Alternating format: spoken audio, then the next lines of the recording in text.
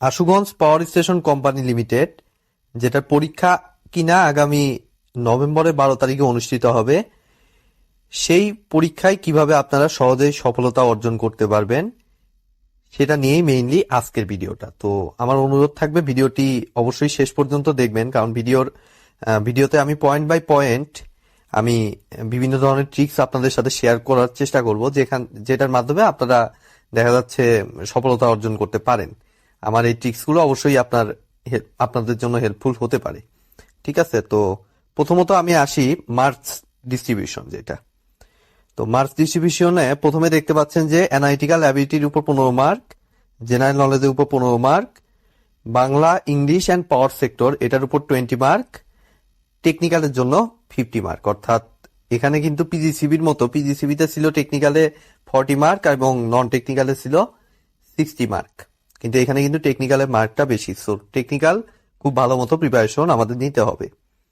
তো তার ভিতরে আপনারা বুঝতেই পারছেন যে এখানে 3 নাম্বার অপশনটা নিয়ে আমি একটু বলি যে বাংলা এবং ইংলিশ এবং পাওয়ার সেক্টর। আশা করা যাচ্ছে যে বাংলা থেকে 5টা, ইংলিশ থেকে 5টা এবং পাওয়ার সেক্টর থেকে 10টা এমসিকিউ আসবে। এখানে আশা করা যাচ্ছে এরকমটা মার্কস ডিস্ট্রিবিউশন হতে পারে।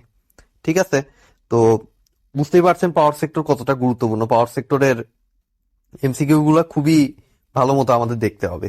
এবং জেনারেল নলেজ তো অ্যাজ ইউজুয়াল যেভাবে আপনারা প্রিপারেশন নিতে পারেন এভাবে, মানে যতটা ডিটেলসে পারা যায়। ঠিক আছে, তো এখান থেকে 15টা থাকবে বাংলাদেশ এবং আন্তর্জাতিক বোথ পার্ট আপনাদের পড়তে হবে। এর ভিতরে দেখা যাচ্ছে জেনারেল নলেজের ভিতরে দেখা যায় অর্থনৈতিক সমীক্ষা থেকে 2-3টা কোশ্চেন আসে, যেমন জনসংখ্যা নিয়ে বা অন্যান্য মাথাপিছু আয় টায় এগুলা নিয়ে দেখা যায় যে 2-3টা এমসিকিউ থাকে। প্লাস বঙ্গবন্ধু পার্ট থেকে এমসিকিউ থাকে, মুক্তিযুদ্ধ থেকে এমসিকিউ থাকে। আন্তর্জাতিকে দেখা যায় যে একটা এমসিকিউ প্রতি পরীক্ষাতেই আসে, যেমন সার্কের সদর দপ্তর কোথায়। এই টাইপ এমসিকিউ গুলা প্রায় বিভিন্ন ধরনের সরকারি পরীক্ষায় কমন পড়ে। ঠিক আছে, তো এইটাতে মেইনলি 15 মার্ক থাকে। এটাতে আপনারা যতটা ডিটেলসে পড়তে পারবেন ততটা ভালো এখানে অ্যান্সার করতে পারবেন। আর অ্যানালিটিক্যাল অ্যাবিলিটি, এটা আমি আশা করতেছি যারা প্রিপারেশন নিচ্ছেন বিভিন্ন সরকারি পরীক্ষা, পাওয়ার সেক্টরের পরীক্ষাগুলোতে পরীক্ষা দিচ্ছেন, তারা কম বেশি দেখা যায় 15টার ভিতরে 13-14টা পারেই। ঠিক আছে, তো আপনারাও সেই অনুযায়ী সেভাবেই প্রিপারেশন নিবেন। আর আমি মেইনলি এই ভিডিওতে টেকনিক্যাল পার্টটা নিয়ে বেশি আলোচনা করার চেষ্টা করব। আমার আমি জেনারেল নলেজ এবং অন্যান্য পার্টগুলো আমি রাখতেছি না এই ভিডিওতে, কারণ এগুলো আপনাদের বিস্তারিত প্রিপারেশনের উপর ডিপেন্ড করবে, কতটুকু আপনারা বিস্তারিত প্রিপারেশন নিয়েছেন তার উপর। তো চলুন এবার টেকনিক্যাল পার্টে আমরা যাই। টেকনিক্যাল পার্টের ভিতরে যে কন্টেন্ট গুলো আমাদের লাগবে সেগুলো হলো, দেখুন, DC circuit, AC circuit, electronics, digital electronics, electrical machine, power system, power generation, communication, আর লাস্টের যে দুইটা অর্থাৎ কন্ট্রোল সিস্টেম এবং সিগন্যাল সিস্টেম, এই দুইটাকে আপনারা লেস ইম্পর্টেন্টের কাতারে ফেলতে পারেন, কারণ এগুলো থেকে দেখা যায় যে তেমন একটা কোশ্চেন হয় না।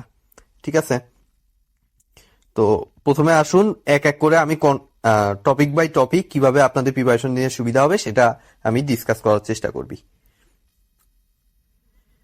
তো দেখুন, প্রথমে আমাদের রাখছি আমি ডিসি এবং এসি দুইটা কম্বাইন্ডলি আমি রাখছি।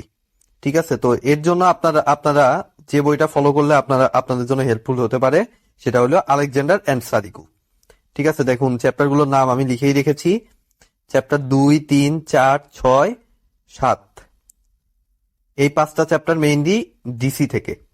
ঠিক আছে, এবং 9, 10, 11, 12 এগুলো হলো এসি থেকে। ঠিক আছে, এই কয়েকটা চ্যাপ্টার মাস্ট আমাদের করতে হবে এবং এখান থেকে আপনাদের এক্সারসাইজ করতে হবে না, জাস্ট এক্সাম্পল এবং এক্সাম্পলের সাথে একটা করে প্র্যাকটিস প্রবলেম থাকে, এগুলো সলভ করেন। দুনিয়ার যেখান থেকে ম্যাথ দিক ডিসিএসি থেকে আপনারা পারবেন, কোনো অসুবিধা নাই। জাস্ট একটা করে এক্সাম্পল এবং একটা করে প্র্যাকটিস প্রবলেম আলেকজান্ডার সাদিকুর বই থেকে। ঠিক আছে, এই 2, 3, 4 যে চ্যাপ্টার গুলো লিখে রাখছি এই কয়টা চ্যাপ্টার আমাদের করতে হবে। ঠিক আছে, তো এই চ্যাপ্টার 12টা মেইনলি আমাদের 3 ফেজ সার্কিট, চ্যাপ্টার 11টা হচ্ছে পাওয়ার ক্যালকুলেশন। এই দুইটা চ্যাপ্টার দেখা যায় অন্যান্য কোর্সেও কাজে লাগে। ঠিক আছে, তো এটা বিস্তারিত ভাবে আমাদের পড়তে হবে। এবং মোস্ট ইম্পর্টেন্টলি ওয়াট মিটারটা আমরা অনেক সময় বাদ ফেলে দেই। ওয়াট মিটারটা খুব ডিটেলসে আমাদের দেখতে হবে। ওয়াট মিটারটা সরকারি পরীক্ষার জন্য খুবই গুরুত্বপূর্ণ। এবং রেজোন্যান্স বলতে সিরিজ রেজোন্যান্স, তারপরে প্যারালাল রেজোন্যান্স, তারপরে মিক্স রেজোন্যান্স অর্থাৎ সিরিজ প্যারালাল কম্বাইন্ড ভাবে যেটা থাকে এই টাইপের রেজোন্যান্স দেখতে হবে। এবং রেজোন্যান্সের জন্য আপনাদের মেইনলি বয়েল স্টেটের বইটা ফলো করতে হবে। ঠিক আছে, রেজোন্যান্সটা খুব সম্ভবত আলেকজান্ডার সাদিগুতে পাবেন না আপনারা, এখানে আপনাদের বয়েল স্টেটের বইটা ফলো করতে হবে। ঠিক আছে, তো ডিসি প্লাস এসির জন্য এভাবে আপনাদের মেইনলি প্রিপারেশন নিতে হবে। তো তারপরে আসুন পরেরটা, পাওয়ার সিস্টেম। তো এটা যেহেতু পাওয়ার সেক্টর, আমাদের পাওয়ার সিস্টেমটা কিন্তু খুবই গুরুত্ব সহকারে আমাদের করতে হবে এই কোর্সটা। ঠিক আছে, খুবই গুরুত্ব সহকারে আমাদের মেইনলি এই কোর্সটা করতে হবে। তো তার জন্য দেখুন আমাদের কন্টেন্ট গুলো আমি লিখেই রেখেছি। পাওয়ার সিস্টেমের আন্ডারে মেইনলি আমাদের পড়বে power unit, zero sequence, positive sequence, negative sequence, most important symmetrical fault. Power সিস্টেমে যে সিমেট্রিক্যাল ফল্ট গুলো ঘটে, তবে আনসিমেট্রিক্যাল ফল্ট, একদম বেসিক আনসিমেট্রিক্যাল ফল্ট যেগুলো, অর্থাৎ ওই বিভিন্ন সিমেট্রিক্যাল কম্পোনেন্টের যে ম্যাথগুলো আনসিমেট্রিক্যালের মধ্যে, সেই ম্যাথগুলো। তারপরে দেখুন আলাদা করে রাখছি আমি এলজি, এলএলজি ফল্ট, এটার কিন্তু আলাদা আলাদা ম্যাথ আছে। ঠিক আছে, এই ম্যাথগুলো এগুলো মেইনলি ম্যাথই লাগবে পাওয়ার সিস্টেমের। দেখুন এই এলজি, এলএলজি ফল্ট, তারপরে জেড বাস, ওয়াই বাস, ট্রান্সমিশন লাইনের বিভিন্ন ম্যাথ আছে। যেমন এখানে মেইনলি ট্রান্সমিশন লাইনের মধ্যে আপনাদের ওই short transmission line, medium transmission line, long transmission line, এগুলোর যে ম্যাথগুলা, লংটা লাগে না, জাস্ট ডায়াগ্রাম গুলো আমাদের লাগে। যেমন নমিনাল পাই, নমিনাল টি মেথড, এন কন্ডেন্সর মেথড, এগুলোর ম্যাথগুলো কিন্তু আমাদের লাগবে ট্রান্সমিশন লাইনে। ভোল্টেজ রেগুলেশন, ঠিক আছে। তারপরে স্যাগ বলতে ইকুয়াল এবং আনইকুয়াল দুই টাইপের ম্যাথই আমাদের লাগবে স্যাগের জন্য। ঠিক আছে, তাছাড়া আমি দেখুন নিচে এই যে করোনা স্কিন ইফেক্ট, ফ্যান্ট ইফেক্ট, ঠিক আছে, এটা মেইনলি ট্রান্সমিশন ডিস্ট্রিবিউশন সাইড থেকে আমি দিছি। তো করোনা স্কিন ইফেক্ট, ফ্যান্ট ইফেক্ট এখান থেকে আসলে থিওরিটা আসে। ঠিক আছে, খুবই গুরুত্বপূর্ণ এই থিওরিগুলো। করোনা ইফেক্ট কি, তারপর স্কিন ইফেক্ট কি, ফ্যান্ট ইফেক্ট কি, এগুলোর এক্সপ্লেনেশন চাই। তো এই থিওরিটাও আমাদের একটু দেখতে হবে। ঠিক আছে, এবং মোস্ট ইম্পর্টেন্টলি রিলে সাবস্টেশনের ডায়াগ্রাম প্লাস ম্যাথ। রিলের কিছু ম্যাথ আছে এবং রিলের কিছু ডায়াগ্রাম আছে এবং সাবস্টেশনের শুধু ডায়াগ্রাম। ঠিক আছে, এই ডায়াগ্রাম গুলো কিন্তু আমাদের দেখতে হবে। পাওয়ার সিস্টেম কোর্সটা সব থেকে গুরুত্ব সহকারে আমাদের করতে হবে পাওয়ার সিস্টেম। ঠিক আছে, তো চলুন নেক্সট আমাদের পাওয়ার জেনারেশন। দেখুন এর আগে পিজিসিবির জন্য আমি ভিডিও করেছিলাম, পিজিসিবির জন্য কিভাবে সহজে প্রস্তুতি নেওয়া যায়, সেখানে আমি পাওয়ার জেনারেশনটা বাদ রাখছিলাম। ঠিক আছে, পাওয়ার জেনারেশন থেকে দেখা যায় যে পিজিসিবিতে কোশ্চেন করে না, কারণ পিজিসিবি মেইনলি ছিল আমাদের ডিস্ট্রিবিউশন বেসড কোম্পানি, সেখানে পাওয়ার জেনারেশনে কোনো কাজ নাই। কিন্তু Ashuganj power station company limited এটা কিন্তু জেনারেশন বেসড একটা কোম্পানি, অর্থাৎ পাওয়ার জেনারেট করে। ঠিক আছে, তাহলে অবশ্যই কিন্তু আমাদের পাওয়ার জেনারেশন পার্টটা পড়তে হবে। ঠিক আছে, এখান থেকে যে কোশ্চেন আসবেই এমন কোনো নিশ্চয়তা নাই, তবে আসার সম্ভাবনা 70%। ঠিক আছে, সো আমাদের পাওয়ার জেনারেশন এই টপিকটা আমাদের পড়তে হবে এবং এর জন্য আমাদের ফলো করতে হবে ভিকে মেহতার বইয়ের চ্যাপ্টার 2 থেকে 5, যেখানে চ্যাপ্টার 2টা মেইনলি পাওয়ার জেনারেশন, অর্থাৎ বিভিন্ন ধরনের জেনারেটিং প্ল্যান্ট সম্পর্কে ডায়াগ্রাম আছে। এখান থেকে মেইনলি চ্যাপ্টার 2তে মেইনলি বিভিন্ন ডায়াগ্রাম আছে এবং চ্যাপ্টার 3, 4, 5 এগুলো হলো mainly variable loads on power station, অর্থাৎ পাওয়ার জেনারেট করার সময় যে আমরা বিভিন্ন ধরনের লোড ক্যালকুলেট করি, ভেরিয়েবল লোড, অর্থাৎ ওই যে লোড ফ্যাক্টর, ডিমান্ড ফ্যাক্টর, এই রিলেটেড যে টপিকগুলা চ্যাপ্টার 4 মেবি আপনাদের চ্যাপ্টার 4 মেবি ইকোনমিক ফ্যাক্টর, এই ভেরিয়েবল লোডের উপর ডিপেন্ড করে, এবং চ্যাপ্টার 5 মেবি তারিফ রিলেটেড চ্যাপ্টার আর কি। ঠিক আছে, অর্থাৎ এই জেনারেশন বেস চ্যাপ্টার 2 থেকে 5 এই চ্যাপ্টার গুলো কিন্তু আমাদের মাস্ট দেখতে হবে। নেক্সট আসুন পাওয়ার সেক্টর। পাওয়ার সেক্টর থেকে ইদানিং প্রত্যেকটি সরকারি পরীক্ষায় বেশ টাফ কোশ্চেন আসতেছে, একেবারে খুবই ডিটেলসে কোশ্চেন আসতেছে। যেমন গত পিজিসিবির পরীক্ষায় সম্ভবত কোন লাইন কোথায়, মানে মনে করুন যে পিজিসিবির পরীক্ষা কিন্তু আসছে মনে করুন যে বিপিডিবির লাইন কত কিলোমিটার লম্বা, এরকম অনেক ডিপ থেকে কোশ্চেন দিচ্ছে। ইদানিং বুয়েট এই প্যাটার্নটা ফলো করতেছে, অর্থাৎ মেইনলি এই জন্য আমি লিখে রেখেছি অলরেডি, আপনাদেরকে একটু বুদ্ধি করে পড়তে হবে যে এটা যেহেতু জেনারেশন বেসড কোম্পানি, আপনাদেরকে শুধুমাত্র জেনারেশন যে কয়টা কোম্পানি বাংলাদেশে আছে সেগুলো খুঁজে বের করতে হবে। দেখুন আমি 2 নাম্বার পয়েন্টটা লিখছি, please find out the generation companies of Bangladesh. এই জেনারেশন কোম্পানিগুলো বাংলাদেশে কি কি আছে সেগুলো আপনারা খুঁজে বের করুন। যেমন এই Ashuganj power station company limited, তারপরে আরো বেশ কয়েকটা আছে, আমার এই মুহূর্তে এক্স্যাক্টলি মনে নাই কি কোনটা কোনটা আছে, তবে আপনারা একটু খুঁজে বের করুন কাইন্ডলি। সেগুলো খুঁজে বের করে সেভাবেই প্রিপারেশন নিন। সেই ইনফরমেশন গুলো কালেক্ট করুন তাদের অফিসিয়াল ওয়েবসাইট থেকে, যতটা ডিটেলসে পারেন ততটা আপনি এগিয়ে থাকবেন। ঠিক আছে।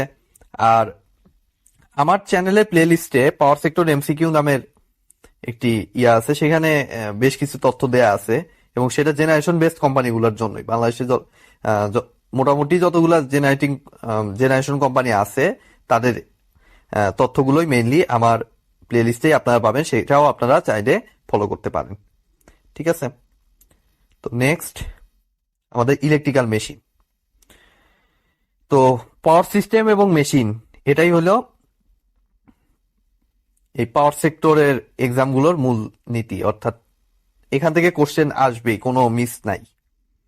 তো টপিকগুলো আমি লিখে রেখেছি: DC generator, DC motor, transformer, induction motor, synchronous motor, alternator. যতটা বিস্তারিতভাবে একটা টপিকও লেস ইম্পর্টেন্ট আপনি বলতে পারবো না, কারণ রিসেন্ট ইয়ারে দেখা গেছে ডিসি থেকেও কোশ্চেন আসছে। ঠিক আছে। যদিও এসির কাজ টোটালি এসির কাজ হয়, অর্থাৎ ট্রান্সফরমার, ইন্ডাকশন মোটর এসি মেশিনের কাজ হয়, তবুও ডিসি মেশিন থেকেও কিন্তু Ashuganj power station company limited question দেয়।